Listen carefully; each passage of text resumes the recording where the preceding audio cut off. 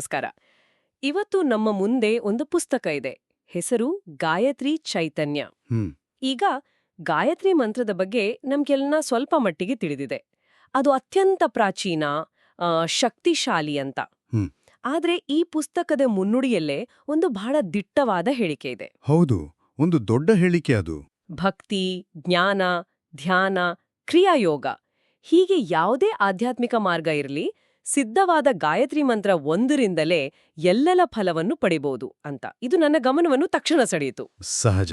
ಇದು ಕೇವಲ ಒಂದು ಮಂತ್ರದ ಶಕ್ತಿಯ ಬಗ್ಗೆ ಹೇಳ್ತಿದ್ಯಾ ಅಥವಾ ಅದಕ್ಕಿಂತ ಏನಾದ್ರೂ ಆಳವಾದದ್ದನ್ನು ಸೂಚಿಸ್ತಿದ್ಯಾ? ಖಂಡಿತ ಅದಕ್ಕಿಂತ ಆಳವಾದದ್ದು. ಅದಕ್ಕಾಗಿಯೇ ನಮ್ಮ ಇವತ್ತಿನ ಈ ಚರ್ಚೆಯ ಉದ್ದೇಶ ಕೇವಲ ಈ ಪುಸ್ತಕದ ಸಾರಾಂಶ ಹೇಳೋದಲ್ಲ. ಸರಿ. ಬದಲಿಗೆ ಲೇಖಕಿ ಸೌ ಅನಿತಾ ಅರವಿಂದ್ ಸರಾಫ್ ಈ ಜ್ಞಾನಸಾಗರವನ್ನ ಯಾವ ದೃಷ್ಟಿಯಿಂದ ನೋಡ್ತಿದ್ದಾರೆ, ಜ್ಞಾನವನ್ನ ಸಮೀಪಿಸುವ ಅವರ ಆ ವಿನಯಪೂರ್ವಕ ರೀತಿ ಯಾವುದು, ಓಕೆ. ಮತ್ತು ಗಾಯತ್ರಿಯನ್ನ ಎಲ್ಲ ಆಧ್ಯಾತ್ಮಿಕ ಮಾರ್ಗಗಳ ಕೇಂದ್ರಬಿಂದು ಅಂತ ಯಾಕೆ ಹೇಳ್ತಿದ್ದಾರೆ ಅನ್ನೋದನ್ನ ಒಳಹೊಕ್ಕು ನೋಡೋಣ. ಅಂದ್ರೆ ಪುಸ್ತಕದಲ್ಲಿ ಏನೂ ಇದೆ ಅನ್ನೋದ್ರ ಜೊತೆಗೆ ಅದರ ಹೇಗೆ ಮತ್ತು ಯಾಕೆ ಅನ್ನೋದ್ರ ಮೇಲೆ ಹೆಚ್ಚು ಗಮನ ಕೊಡೋಣ. ಸರಿ, ಹಾಗಾದ್ರೆ ಶುರು ಮಾಡೋಣ. ಖಂಡಿತ. ಸಾಮಾನ್ಯವಾಗಿ ಪುಸ್ತಕಗಳು ನೇರವಾಗಿ ವಿಷಯಕ್ಕೆ ಬಂದ್ಬಿಡ್ತವೆ. ಆದ್ರೆ ಈ ಪುಸ್ತಕ ಶುರುವಾಗೋದೇ ಅದು ಸರಸ್ವತಿ ರಹಸ್ಯ ಉಪನಿಷತ್ತಿನ ಒಂದು ಶಾಂತಿ ಪಾಠದೊಂದಿಗೆ. ಇದೇನು ಒಂಥರ ಸಂಪ್ರದಾಯನ ಅಥವಾ ಇದರ ಹಿಂದೆ ಬೇರೆ ಏನಾದ್ರೂ ಉದ್ದೇಶ ಇದೆಯಾ? ಇದು ಬಹಳ ಸೂಕ್ಷ್ಮವಾದ ಮತ್ತು ತುಂಬಾನೇ ಅರ್ಥಪೂರ್ಣವಾದ ಆರಂಭ. ಮೊದಲನೇದಾಗಿ ಇದು ಜ್ಞಾನದ ಅಧಿದೇವತೆ ಸರಸ್ವತಿಯ ಉಪನಿಷತ್ತಿನ ಪ್ರಾರ್ಥನೆ. ಹೌದು. ಗಾಯತ್ರಿಯಂತಹ ಜ್ಞಾನದ ಕುರಿತಾದ ಪುಸ್ತಕಕ್ಕೆ ಇದಕ್ಕಿಂತ ಸೂಕ್ತವಾದ ಪೀಠಿಕೆ ಇನ್ನೊಂದಿಲ್ಲ. ಆದರೆ ಅದಕ್ಕಿಂತ ಮುಖ್ಯವಾದದ್ದು ಆ ಪ್ರಾರ್ಥನೆಯ ಆಶಯ. ಅದ್ರಲ್ಲೇನಿದೆ ಹಾಗಾದ್ರೆ? ಗಮನಿಸಿ, ಆ ಪ್ರಾರ್ಥನೆ ನನಗೆ ಜ್ಞಾನ ಕೊಡು ಅಂತ ನೇರವಾಗಿ ಕೇಳ್ತಾ ಇಲ್ಲ. ಬದಲುಗೆ ನನ್ನ ಮಾತು ಮನಸ್ಸಿನಲ್ಲಿ ನೆಲೆಸಲಿ, ಮನಸ್ಸು ಮಾತಿನಲ್ಲಿ ನೆಲೆಸಲಿ ಅಂತ ಬೇಡ್ಕೊಳ್ಳುತ್ತೆ. ಓ. ಅಂದ್ರೆ ಆಲೋಚನೆ ಮತ್ತು ಅಭಿವ್ಯಕ್ತಿಯ ನಡುವೆ ಒಂದು ಪರಿಪೂರ್ಣ ಸಾಮರಸ್ಯ ಇರ್ಲಿ ಅಂತ. ಅಬ್ಬಾ, ನಾನಿದನ್ನ ಕೇವಲ ಒಂದು ಸಾಂಪ್ರದಾಯಿಕ ಪ್ರಾರ್ಥನೆ ಅಂದ್ಕೊಂಡಿದ್ದೆ. ಆದ್ರೆ ನೀವು ವಿವರಿಸಿದ ಮೇಲೆ ಇದು ಜ್ಞಾನವನ್ನು ಪಡೆಯುವ ಸಂಪೂರ್ಣ ಪ್ರಕ್ರಿಯೆಯ ಒಂದು ನಕ್ಷೆತರ ಕಾಣಿಸ್ತಿದೆ. ನಿಖರವಾಗಿ. ಆಲೋಚನೆ ಮತ್ತು ಮಾತಿನ ನಡುವೆ ಸಾಮರಸ್ಯ. ಅಷ್ಟೇ ಅಲ್ಲ, ಪ್ರಾರ್ಥನೆ ಮುಂದುವರೆದು ಕೇಳಿದ್ದನ್ನು ಮರೆಯಬಾರದು ಮತ್ತು ಕಲಿತ ಜ್ಞಾನ ಹಗಲಿರುಳು ನನ್ನ ಜೊತೆಗೆ ಇರ್ಲಿ ಅಂತಾನೂ ಕೇಳ್ಕೊಳ್ಳುತ್ತೆ. ಅಂದ್ರೆ ಲೇಖಕಿ ಇಲ್ಲಿ ಕೇವಲ ಜ್ಞಾನವನ್ನು ಕೇಳ್ತಾ ಇಲ್ಲ, ಆ ಜ್ಞಾನವನ್ನು ಗ್ರಹಿಸುವ, ಉಳಿಸಿಕೊಳ್ಳುವ ಮತ್ತು ಜೀವನದಲ್ಲಿ ಅಳವಡಿಸಿಕೊಳ್ಳುವ ಸಾಮರ್ಥ್ಯವನ್ನು ಬೇಡ್ತಿದ್ದಾರೆ. ಇದು ಜ್ಞಾನದ ಬಗ್ಗೆ ಅವರಿಗಿರೋ ಅಪಾರ ಗೌರವ ಮತ್ತು ವಿನಯವನ್ನು ತೋರಿಸುತ್ತೆ. ಆ ಪ್ರಾರ್ಥನೆಯಲ್ಲಿರೋ ವಿನಯದ ಭಾವನೆ ಬಹಳ ಆಳವಾಗಿದೆ. ಈ ಭಾವನೆಯನ್ನು ಲೇಖಕಿ ಪುಸ್ತಕದ ಮುನ್ನುಡಿಯಲ್ಲಿ ಮುಂದುವರೆಸಿದ್ದಾರಾ? ಖಂಡಿತ ಮುಂದುವರೆಸಿದ್ದಾರೆ. ಸಂಪೂರ್ಣ ಸಾಗರದ ಜಲವನ್ನು ಆಪೋಷಣೆ ತೆಗೆದುಕೊಂಡಂತೆ ಅಂತ ಒಂದು ಸುಂದರವಾದ ರೂಪಕವನ್ನು ಬಳಸ್ತಾರೆ. ಹೌದು, ನಾನದನ್ನು ಗಮನಿಸಿದೆ. ಇವತ್ತಿನ ಇಂಟರ್ನೆಟ್ ಯುಗದಲ್ಲಿ ನಮಗೆ ಯಾವುದೇ ವಿಷಯವನ್ನು ಕೆಲವು ಗಂಟೆಗಳಲ್ಲಿ ಕಲಿಬಹುದು, ಮಾಸ್ಟರ್ ಮಾಡಬಹುದು ಅಂತ ಅನಿಸ್ಬಿಡುತ್ತೆ. ಆದರೆ ಇಲ್ಲಿ ಲೇಖಕಿ ಹೇಳ್ತಿರುವುದು ಅದಕ್ಕೆ ತದ್ವಿರುದ್ಧ. ನಿಜ. ಧ್ಯಾನ ಅನ್ನೋದು ಒಂದು ಸಾಗರ. ಅದನ್ನು ಪೂರ್ತಿಯಾಗಿ ಗ್ರಹಿಸುವುದು ಅಸಾಧ್ಯ. ಅದರ ಮುಂದೆ ನಮ್ಮ ಅಹಂ ಶೂನ್ಯವಾಗಬೇಕು. ಈ ರೂಪಕ ಕೇಳಿದಾಗ ನಿಮ್ಗೇನನ್ಸುತ್ತೆ? ನನಗೆ ಅನ್ಸೋದೇನಂದ್ರೆ, ಇದು ಜ್ಞಾನದ ಅಗಾಧತೆಯನ್ನು ಒಪ್ಪಿಕೊಳ್ಳುವುದರ ಜೊತೆಗೆ ಕಲಿಯುವವನ ಜವಾಬ್ದಾರಿಯನ್ನು ನೆನಪಿಸುತ್ತಿದೆ. ಸಾಗರದ ನೀರನ್ನು ಕುಡಿಯೋಕ್ ಹೊರಟಾಗ ನಾವು ಎಷ್ಟು ಸಿದ್ಧರಾಗಿರಬೇಕು, ಎಷ್ಟು ವಿನಯದಿಂದ ಇರಬೇಕು ಅನ್ನೋದು ಗೊತ್ತಾಗುತ್ತೆ. ಕರೆಕ್ಟ್. ಅದಕ್ಕೇನಾ ಅವರು ಈ ಬರವಣಿಗೆಯನ್ನು ಒಂದು ಸಾಹಸ ಅಂತ ಕರೆದಿರೋದು? ಅತ್ಯುತ್ತಮವಾಗಿ ಹೇಳಿದಿರಿ. ಅವರು ಬರವಣಿಗೆ ಅನ್ನೋ ಪದ ಬಳಸಿಲ್ಲ, ಸಾಹಸ ಅಂದಿದ್ದಾರೆ. ಏಕೆಂದ್ರೆ ಬರವಣಿಗೆ ಅಂದ್ರೆ ಅದೊಂದು ಬೌದ್ಧಿಕ ಕಸರತ್ತು.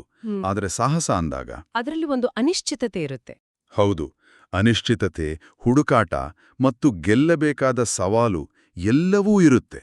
ಅವರು ತಮ್ಮನ್ನ ಕಲಿಯುಗದಲ್ಲಿ ಜನಿಸಿದ ಸಾಮಾನ್ಯ ಮನುಜೇ ಅಂತ ಕರೆದುಕೊಳ್ತಾರೆ. ಇಂಥ ದೈವಿಕ ವಿಷಯದ ಬಗ್ಗೆ ಬರೆಯೋಕೆ ಕೇವಲ ಪಾಂಡಿತ್ಯ ಸಾಕಾಗಲ್ಲ, ಅದಕ್ಕೆ ದೈವಿಕ ಅನುಗ್ರಹ, ಗುರುಕೃಪೆ ಬೇಕೇ ಬೇಕು ಅನ್ನೋದು ಅವರ ನಿಲುವು. ಓಹೋ, ಅದಕ್ಕಾಗಿಯೇ ತಮ್ಮ ಗುರುಗಳಾದ ಶ್ರೀ ಶ್ರೀ ವಲ್ಲಭ ಚೈತನ್ಯ ಮಹಾರಾಜರ ಕೃಪೆಯೇ ತಮಗೆ ಶ್ರೀರಕ್ಷೆ ಅಂತಾರೆ. ಹಾಗಾದ್ರೆ ಈ ಪುಸ್ತಕ ಬರೆಯೋದು ಅವರಿಗೆ ಒಂದು ಸಾಹಸ, ಯಾಕೆಂದ್ರೆ ಇದು ಬರೀ ಬುದ್ಧಿಯ ಪಯಣವಲ್ಲ, ಅದೊಂದು ಆತ್ಮದ ಪಯಣ. ಹೌದು, ಮತ್ತು ಲೇಖಕಿಯ ಈ ವಿನಯದ ದೃಷ್ಟಿಕೋನವೇ ಗಾಯತ್ರಿಯ ಬಗ್ಗೆ ಅವರು ಮಂಡಿಸುವ ಆ ಬಹುದೊಡ್ಡ ವಾದಕ್ಕೆ ವೇದಿಕೆ ಸಿದ್ಧಪಡಿಸುತ್ತೆ. ಆ ವಾದವೇ ಗಾಯತ್ರಿಯ ಸರ್ವವ್ಯಾಪಕತೆ. ಹೌದು, ನಾವು ಆರಂಭದಲ್ಲಿ ಮಾತಾಡಿದ ಆ ದೊಡ್ಡ ಹೇಳಿಕೆ, ಭಕ್ತಿ, ಜ್ಞಾನ, ಧ್ಯಾನ, ಕ್ರಿಯಾಯೋಗ ಎಲ್ಲಾ ಮಾರ್ಗಗಳ ಫಲವನ್ನು ಒಂದೇ ಗಾಯತ್ರಿ ಮಂತ್ರದಿಂದ ಪಡಿಬೋದು ಅಂತ. ಇದು ಕೇಳೋಕೆ ಸ್ವಲ್ಪ ಮಟ್ಟಿಗೆ ನಂಬೋಕೆ ಕಷ್ಟ ಅನ್ಸುತ್ತೆ. ನಿಜ. ಯಾಕೆಂದ್ರೆ ಸಾಮಾನ್ಯವಾಗಿ ಪ್ರತಿಯೊಂದು ಉದ್ದೇಶಕ್ಕೂ ಪ್ರತ್ಯೇಕ ದೇವತೆ, ಪ್ರತ್ಯೇಕ ಮಂತ್ರ ಇರುತ್ತೆ ಅಂತ ನಾವು ಕೇಳಿರ್ತೀವಲ್ಲ. ಇದೊಂದು ಕ್ರಾಂತಿಕಾರಿ ಹೇಳಿಕೆ ಎನ್ನಬಹುದು. ಸಾಮಾನ್ಯವಾಗಿ ಸಂಪತ್ತಿಗೆ ಲಕ್ಷ್ಮೀ ಮಂತ್ರ, ವಿಘ್ನ ನಿವಾರಣೆಗೆ ಗಣೇಶ ಮಂತ್ರ, ಹೀಗೆ ಪ್ರತ್ಯೇಕ ದಾರಿಗಳಿವೆ. ಆದರೆ ಈ ಗ್ರಂಥ ಹೇಳುತ್ತಿರುವುದು ಅದೆಲ್ಲ ಬೇಕಾಗಿಲ್ಲ, ಸಿದ್ಧವಾದ ಗಾಯತ್ರಿ ಒಂದೇ ಸಾಕು ಅಂತ. ಅಂದ್ರೆ ಇದು ಒಂಥರ ಆಧ್ಯಾತ್ಮಿಕ ಮಿನಿಮಲಿಸಂ ತರಹ. ನೂರಾರು ಸಾಧನಗಳ ಬದಲು ಒಂದೇ ಶಕ್ತಿಶಾಲಿ ಸಾಧನದ ಮೇಲೆ ಪೂರ್ತಿ ಗಮನ ಕೊಡಿ ಅಂತ ಹೇಳಿದ ಹಾಗೆ. ಹೌದು, ಒಳ್ಳೆ ಪದ ಅದು. ಇದಕ್ಕೆ ಪುಸ್ತಕದಲ್ಲಿ ಏನಾದ್ರೂ ಆಧಾರ ಇದೆಯಾ? ಖಂಡಿತ ಇದೆ. ಗಾಯತ್ರಿ ಸಂಹಿತೆಯ 56ನೇ ಶ್ಲೋಕವನ್ನು ಉಲ್ಲೇಖಿಸಿದ್ದಾರೆ. ಅದರ ಪ್ರಕಾರ ಸಿದ್ಧವಾದ ಒಂದೇ ಗಾಯತ್ರಿ ಮಂತ್ರವು ಜಗತ್ತಿನ ಸಮಸ್ತ ಮಂತ್ರಗಳ ಮೂಲಕ ಸಾಧ್ಯವಾಗುವ ಎಲ್ಲ ಕೆಲಸಗಳನ್ನು ಸಿದ್ಧ ಮಾಡಿ ತೋರಿಸಬಲ್ಲದು. ಓ, ಇದರ ಆಳವಾದ ಅರ್ಥವೇನೆಂದ್ರೆ, ಇದು ಸಾಧಕನ ದೃಷ್ಟಿಕೋನವನ್ನೇ ಬದಲಿಸೋ ಪ್ರಯತ್ನ. ನೂರಾರು ದಾರಿಗಳಲ್ಲಿ ಅಲಿಯೋ ಬದಲು ಒಂದೇ ದಾರಿಯಲ್ಲಿ ಸಂಪೂರ್ಣ ಶ್ರದ್ಧೆಯಿಂದ ನಡೆದರೆ ಗುರಿ ತಲುಪಬಹುದು ಎಂಬ ಬಲವಾದ ಸಂದೇಶ ಇಲ್ಲಿದೆ. ಅಂದ್ರೆ ಗಾಯತ್ರಿಯನ್ನು ಒಂದು ಮೂಲ ಚೈತನ್ಯವಾಗಿ, ಎಲ್ಲಾ ದೈವೀ ಶಕ್ತಿಗಳ ಮೊತ್ತವಾಗಿ ಇಲ್ಲಿ ನೋಡಲಾಗ್ತಿದೆ. ಎಕ್ಸಾಕ್ಟ್ಲಿ. ಈ ಶಕ್ತಿಯ ಕಾರಣವನ್ನು ವಿವರಿಸುವಾಗ 4 ಗುಣಗಳನ್ನು ಪಟ್ಟಿ ಮಾಡಿದ್ದಾರೆ: ಸರ್ವಹಿತ, ಸರ್ವವೇದ್ಯ, ಸರ್ವಸುಲಭ ಮತ್ತು ಸರ್ವವ್ಯಾಪಕ. ಇದರಲ್ಲಿ ಸರ್ವಸುಲಭ ಅನ್ನೋ ಮಾತು ನನ್ನನ್ನು ಸ್ವಲ್ಪ ಹೊತ್ತು ನಿಲ್ಲಿಸಿ ಯೋಚನೆ ಮಾಡುವಂತೆ ಮಾಡ್ತು. ಹೌದು, ಅದು ಮುಖ್ಯವಾದ ಪಾಯಿಂಟ್. ಇಲ್ಲಿ ಒಂದು ಗೊಂದಲ ಮೂಡಬಹುದು. ಸರ್ವಸುಲಭ ಅಂದ್ರೆ ಎಲ್ಲರಿಗೂ ಸುಲಭವಾಗಿ ಸಿಗೋದು. ಆದ್ರೆ ಗಾಯತ್ರಿ ಮಂತ್ರದ ಸುತ್ತ ಐತಿಹಾಸಿಕವಾಗಿ ಕೆಲವು ನಿರ್ಬಂಧಗಳಿದ್ದು ಅನ್ನೋ ವಾದ ಇದೆಯಲ್ಲ, ಲೇಖಕಿ ಈ ವಿರೋಧಾಭಾಸವನ್ನು ಹೇಗೆ ನಿಭಾಯಿಸಿದ್ದಾರೆ? ಇದು ಬಹಳ ಪ್ರಮುಖವಾದ ಪ್ರಶ್ನೆ. ಈ ಪುಸ್ತಕದಲ್ಲಿ ಲೇಖಕಿ ಈ ವಿವಾದದ ಬಗ್ಗೆ ನೇರವಾಗಿ ಎಲ್ಲೂ ಮಾತಾಡಿಲ್ಲ. ಆದರೆ ಸರ್ವಸುಲಭ ಮತ್ತು ಸರ್ವಹಿತ ಅನ್ನೋ ಪದಗಳ ಬಳಕೆಯಲ್ಲೇ ಅವರ ದೃಷ್ಟಿಕೋನ ಸ್ಪಷ್ಟವಾಗುತ್ತೆ. ಹೇಗೆ? ಇಲ್ಲಿ ಸುಲಭ ಎಂದರೆ ನಿಯಮಗಳಿಲ್ಲದೆ, ಶಿಸ್ತಿಲ್ಲದೆ ಸಿಗೋದು ಅಂತ ಖಂಡಿತ ಅಲ್ಲ. ಬದಲಿಗೆ ಅದಕ್ಕೆ ಯಾವುದೇ ಬಾಹ್ಯ ವಸ್ತುಗಳ ಅಗತ್ಯವಿಲ್ಲ. ಓ, ಆ ಅರ್ಥದಲ್ಲಿ. ಅಂದ್ರೆ ಪೂಜಾ ಸಾಮಗ್ರಿಗಳು, ದೇವಸ್ಥಾನದಂತಹ ಬಾಹ್ಯ ಅವಲಂಬನೆಗಳಿಲ್ಲದೆ ಲಭ್ಯವಾಗುವುದು. ನಿಖರವಾಗಿ. ನಿಮಗೆ ಬೇಕಾಗಿರೋದು ನಿಮ್ಮ ಶರೀರ, ಮನಸ್ಸು ಮತ್ತು ಅಚಲವಾದ ಶ್ರದ್ಧೆಯಷ್ಟೇ. ವಿಶೇಷ ಸ್ಥಳ, ಸಮಯ ಅಥವಾ ಸಾಮಗ್ರಿಗಳ ಅಗತ್ಯವಿಲ್ಲ. ಎಲ್ಲಿ ಬೇಕಾದ್ರೂ, ಯಾರು ಬೇಕಾದ್ರೂ ಸಾಧನೆ ಮಾಡಬಹುದು. ಸರಿ ಸರಿ. ಇನ್ನೊಂದು ಮುಖ್ಯವಾದ ಅಂಶ ಅಂದ್ರೆ, ನಮ್ಮ ಪೂರ್ವಜರು ಇದನ್ನು ಒಂದು ರಕ್ಷಾ ಕವಚ ಅಂತ ಬಳಸುತ್ತಿದ್ರು ಅಂತನೂ ಹೇಳಿದ್ದಾರೆ. ರಕ್ಷಣೆ ಎಲ್ಲರಿಗೂ ಬೇಕಾದದ್ದು, ಕೇವಲ ಕೆಲವರಿಗೆ ಮಾತ್ರ ಸೀಮಿತವಾದದ್ದಲ್ಲ. ಹೌದು, ರಕ್ಷಣೆ ಎಲ್ಲರಿಗೂ ಬೇಕು. ಆ ದೃಷ್ಟಿಯಿಂದ ನೋಡಿದ್ರೆ ಸರ್ವಹಿತ ಮತ್ತು ಸರ್ವಸುಲಭ ಅನ್ನೋ ಮಾತುಗಳಿಗೆ ಒಂದು ಹೊಸ ಆಯಾಮ ಸಿಗತ್ತೆ. ಇದು ಕೇವಲ ಮೋಕ್ಷದ ಮಾರ್ಗವಲ್ಲ, ದೈನಂದಿನ ಬದುಕಿನಲ್ಲಿ ರಕ್ಷಣೆ ಮತ್ತು ಚೈತನ್ಯ ನೀಡುವ ಒಂದು ಸಾಧನ. ಹೌದು, ಲೇಖಕಿಯ ಆಶಯವೂ ಅದೇ ಆಗಿದೆ. ಈ ಪುಸ್ತಕದಲ್ಲಿ ಇಂತಹ ಗಹನವಾದ ವಿಚಾರಗಳಿವೆ ಅನ್ನೋದು ಸ್ಪಷ್ಟ. ಆದರೆ ಈ ಜ್ಞಾನ ಓದುಗರನ್ನು ಹೇಗೆ ತಲುಪಿತು? ಈ ಪುಸ್ತಕದ ಪಯಣದ ಹಿಂದೆ ಒಂದು ಕಥೆ ಇದ್ದಂಗದೆ ಅಲ್ವಾ? ಹೌದು, ಖಂಡಿತ ಇದೆ. ಈ ಪುಸ್ತಕದ ಬಿಡುಗಡೆಯ ವಿವರಗಳು ಕೇವಲ ಅಂಕಿಅಂಶಗಳಲ್ಲ, ಅವುಗಳ ಹಿಂದೆ ಸಾಂಕೇತಿಕ ಅರ್ಥಗಳಿವೆ. ಮೊದಲ ಆವೃತ್ತಿ 3 ಜುಲೈ 2023, ಅಂದ್ರೆ ಗುರುಪೂರ್ಣಿಮೆಯ ದಿನ ಗಾಯತ್ರಿ ತಪೋಭೂಮಿಯಲ್ಲಿ ಬಿಡುಗಡೆಯಾಯಿತು. ಗುರುಪೂರ್ಣಿಮೆ. ಹೌದು, ಗುರುಪೂರ್ಣಿಮೆಯಂದೇ ಬಿಡುಗಡೆಯಾಗಿದ್ದು, ಇದು ಗುರುಶಿಷ್ಯ ಪರಂಪರೆಯ ಮುಂದುವರಿಕೆ, ಜ್ಞಾನದ ಹಸ್ತಾಂತರ ಅನ್ನೋದನ್ನ ಸೂಚಿಸುತ್ತೆ. ಅಷ್ಟೇ ಅಲ್ಲ, ಕಾರ್ಯಕ್ರಮದ ಮುಖ್ಯ ಅತಿಥಿ ಕೂಡ ಬಹಳ ವಿಶೇಷವಾದವರು. ಕರ್ನಾಟಕ ವಿಶ್ವವಿದ್ಯಾಲಯದ ಸಂಸ್ಕೃತ ವಿಭಾಗದ ಮಾಜಿ ಮುಖ್ಯಸ್ಥರಾಗಿದ್ದ ಡಾಕ್ಟರ್ ಮಹಾದೇವ ಜೋಶಿ ಅವರ ಬಗ್ಗೆ ಸ್ವಲ್ಪ ಹೆಚ್ಚು ಹೇಳಿ. ಡಾಕ್ಟರ್ ಮಹಾದೇವ ಜೋಶಿ ಅವರು ಒಬ್ಬ ಶ್ರೇಷ್ಠ ವಿದ್ವಾಂಸರು. ಅವರು 50ಕ್ಕೂ ಹೆಚ್ಚು ಪುಸ್ತಕಗಳನ್ನು ಬರೆದಿದ್ದಾರೆ. ಓ, 50ಕ್ಕೂ ಹೆಚ್ಚು? ಹೌದು, ಅವುಗಳಲ್ಲಿ ಸವಿತೃ ಗಾಯತ್ರಿ ಅನ್ನೋ ಗ್ರಂಥ ಕೂಡ ಒಂದು. ಅವರ ಉಪಸ್ಥಿತಿ ಈ ಕೃತಿಗೆ ಶೈಕ್ಷಣಿಕ ಮತ್ತು ಆಧ್ಯಾತ್ಮಿಕ 2 ಬಗೆಯ ಮನ್ನಣೆಯನ್ನು ತಂದುಕೊಡುತ್ತೆ. ಅಂದ್ರೆ ಒಬ್ಬ ಅನುಭವಿ ವಿದ್ವಾಂಸರು ಈ ಪುಸ್ತಕವನ್ನು ಮನ್ನಿಸಿದ್ದಾರೆ ಅನ್ನೋದು ಇದರ ಗಂಭೀರತೆಯನ್ನು ಹೆಚ್ಚಿಸುತ್ತೆ. ಖಂಡಿತ. ಆಮೇಲಿನ ಬೆಳವಣಿಗೆಯೂ ಅಷ್ಟೇ ಇಂಟ್ರೆಸ್ಟಿಂಗ್ ಆಗಿದೆ. ಕೇವಲ 5 ತಿಂಗಳಲ್ಲಿ 118 ಪ್ರತಿಗಳು ಮಾರಾಟವಾದವು. ಇವತ್ತಿನ ಡಿಜಿಟಲ್ ಯುಗದಲ್ಲಿ ಇಂತಹ ಗಹನವಾದ ವಿಷಯದ ಬಗ್ಗೆ ಒಂದು ಸಮುದಾಯ ಸ್ಪಂದಿಸುತ್ತಿದೆ. ಹೌದು, ಜ್ಞಾನವನ್ನು ಹುಡುಕುವ ಜಿಜ್ಞಾಸುಗಳು ಇದ್ದಾರೆ ಅನ್ನೋದಕ್ಕೆ ಇದು ಸಾಕ್ಷಿ. ಇದೇ ಕಾರಣಕ್ಕೆ ಡಿಸೆಂಬರ್ 2024ರಲ್ಲಿ ಪರಿಷ್ಕೃತ 2ನೇ ಆವೃತ್ತಿ ಹೊರಬಂತು. ಇಲ್ಲಿ ಲೇಖಕಿಯ ಮೂಲ ಉದ್ದೇಶ ಸ್ಪಷ್ಟವಾಗುತ್ತೆ. ಜಿಜ್ಞಾಸುಗಳು ಸಾಧಕರಾಗಬೇಕು ಅಂತ ಅವರು ಬಯಸ್ತಾರೆ.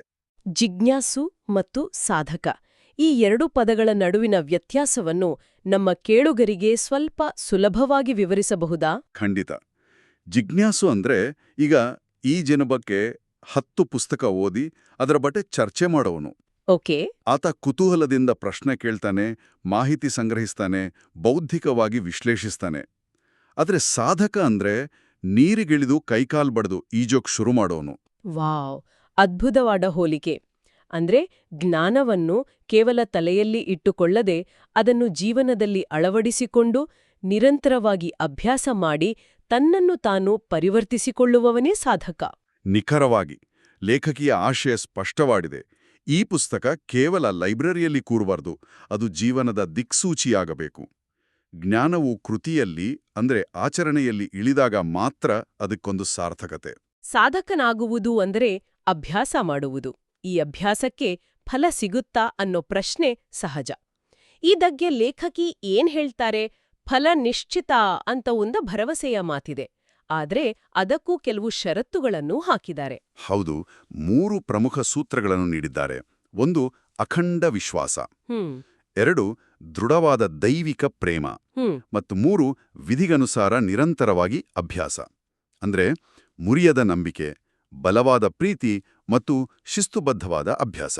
ಈ 3 ಸೂತ್ರಗಳು ಕೇವಲ ಆಧ್ಯಾತ್ಮಿಕ ಸಾಧನೆಗೆ ಮಾತ್ರ ಸೀಮಿತವಾದವುಗಳ ಅಥವಾ ಇವುಗಳನ್ನು ನಮ್ಮ ದೈನಂದಿನ ಜೀವನಕ್ಕೂ ಅನ್ವಯಿಸಬಹುದಾ? ಅತ್ಯುತ್ತಮ ಪ್ರಶ್ನೆ. ಈ 3 ಸೂತ್ರಗಳು ಕೇವಲ ಆಧ್ಯಾತ್ಮಕ್ಕೆ ಸೀಮಿತವಲ್ಲ. ಯಾವುದೇ ಕ್ಷೇತ್ರದಲ್ಲಿ ಯಶಸ್ಸು ಬೇಕೆಂದರೂ ಇವೇ ಅಡಿಪಾಯ. ಒಬ್ಬ ಕ್ರೀಡಾಪಟುವನ್ನು ನೋಡಿ. ಹೌದು. ಆಟದ ಮೇಲೆ ಅಖಂಡ ವಿಶ್ವಾಸ, ಆ ಕ್ರೀಡೆಯ ಬಗ್ಗೆ ಅದಮ್ಯ ಪ್ರೀತಿ ಮತ್ತು ಪ್ರತಿದಿನ ಶಿಸ್ತಿನಿಂದ ಅಭ್ಯಾಸ. ಈ 3ರಲ್ಲಿ ಒಂದು ತಪ್ಪಿದರೂ ಆತ ಚಾಂಪಿಯನ್ ಆಗೋಕೆ ಸಾಧ್ಯವಿಲ್ಲ. ನಿಜ. ಲೇಖಕಿ ಹೇಳುತ್ತಿರುವುದು ಇದೇ ಸಾರ್ವತ್ರಿಕ ಸತ್ಯವನ್ನು. ಒಟ್ಟಿನಲ್ಲಿ ಗಾಯತ್ರಿ ಚೈತನ್ಯ ಪುಸ್ತಕದ ಈ ಆರಂಭಿಕ ಭಾಗಗಳನ್ನು ನೋಡಿದಾಗ ನಮ್ಗೆ ಕೇವಲ ಗಾಯತ್ರಿ ಮಂತ್ರದ ಬಗ್ಗೆ ಮಾಹಿತಿ ಸಿಗೋದಿಲ್ಲ, ಬದಲಿಗೆ ಜ್ಞಾನವನ್ನು ಹೇಗೆ ಸಮೀಪಿಸಬೇಕು, ಕಲಿಯುವ ಪ್ರಕ್ರಿಯೆಯಲ್ಲಿ ವಿನಯ, ಶ್ರದ್ಧೆ, ಅಭ್ಯಾಸದ ಮಹತ್ವ ಏನು ಅನ್ನೋದರ ಬಗ್ಗೆ ಒಂದು ಸ್ಪಷ್ಟ ಚಿತ್ರಣ ಸಿಗುತ್ತೆ.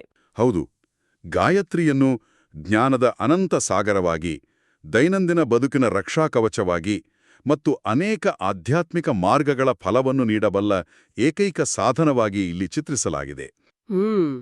ಮತ್ತು ಈ ಪುಸ್ತಕದ ಪ್ರಯಾಣವೇ ಅಂದ್ರೆ ಅದರ ಬಿಡುಗಡೆ, ಓದುಗರ ಪ್ರತಿಕ್ರಿಯೆ, ಇವೆಲ್ಲವೂ ಜ್ಞಾನ ಹೇಗೆ ಒಬ್ಬರಿಂದೊಬ್ಬರಿಗೆ ಹರಿಯುತ್ತೆ, ಚರ್ಚೆಯಾದಾಗ ಹೇಗೆ ಜೀವಂತವಾಗಿರುತ್ತೆ ಎಂಬುದಕ್ಕೆ ಸಾಕ್ಷಿ.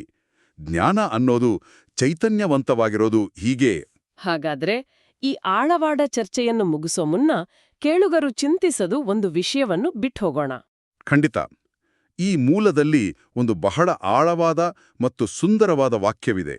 ಎಷ್ಟು ಜೀವಿಗಳು, ಅಷ್ಟು ಪ್ರಕೃತಿಗಳು ಮತ್ತು ಅಷ್ಟೇ ಸಾಧನಾ ಮಾರ್ಗಗಳು. ಅಂದ್ರೆ ಸತ್ಯವನ್ನು ತಲುಪೋಕೆ ಪ್ರತಿಯೊಬ್ಬರ ವಿಶಿಷ್ಟ ಸ್ವಭಾವಕ್ಕೆ ತಕ್ಕಂತೆ ಅನಂತ ವೈಯಕ್ತಿಕ ಮಾರ್ಗಗಳಿವೆ. ಒಂದೇ ಅಳತೆಯ ಬಟ್ಟೆ ಎಲ್ಲರಿಗೂ ಸರಿಹೊಂದಲ್ಲ ಅನ್ನೋ ಹಾಗೆ. ಹೌದು, ಪ್ರತಿಯೊಬ್ಬರ ಪಯಣವೂ ವಿಶಿಷ್ಟ. ಆದರೆ ನಮ್ಮ ಇವತ್ತಿನ ಚರ್ಚೆಯ ಕೇಂದ್ರವಾದ ಗಾಯತ್ರಿ ಮಂತ್ರವನ್ನು ಸರ್ವಹಿತ, ಸರ್ವವ್ಯಾಪಕ ಅಂದ್ರೆ ಎಲ್ಲರಿಗೂ ಅನ್ವಯವಾಗುವ ಸಾರ್ವತ್ರಿಕ ಮಾರ್ಗ ಅಂತನೂ ಹೇಳಲಾಗಿದೆ. ಇಲ್ಲಿ ಒಂದು ಕುತೂಹಲಕಾರಿ ವಿರೋಧಾಭಾಸ ಕಾಣಿಸ್ತಿದೆ ಅಲ್ವಾ? ಹೌದು, ಒಂದು ಕಡೆ ವೈಯಕ್ತಿಕ ಮಾರ್ಗ, ಇನ್ನೊಂದು ಕಡೆ ಸಾರ್ವತ್ರಿಕ ಮಾರ್ಗ. ಹಾಗಾದ್ರೆ ನಮ್ಮ ಕೇಳುಗರಿಗೆ ಬಿಡುವ ಪ್ರಶ್ನೆ ಇದೆ. ಒಬ್ಬ ವ್ಯಕ್ತಿಗೆ ವಿಶಿಷ್ಟವಾಗಿದ್ದು ಅದೇ ಸಮಯದಲ್ಲಿ ಎಲ್ಲರಿಗೂ ಸಾರ್ವತ್ರಿಕವಾಗಿ ಲಭ್ಯವಿರುವ ಮಾರ್ಗವನ್ನು ಕಂಡುಕೊಳ್ಳುವುದರ ಅರ್ಥವೇನು? ವೈಯಕ್ತಿಕ ಮತ್ತು ಸಾರ್ವತ್ರಿಕದ ನಡುವಿನ ಈ ಸಮತೋಲನವನ್ನು ನಮ್ಮ ಜೀವನದಲ್ಲಿ ಸಾಧಿಸುವುದು ಹೇಗೆ? ಇದು ಆಳವಾಗಿ ಚಿಂತಿಸಬೇಕಾದ ವಿಷಯ.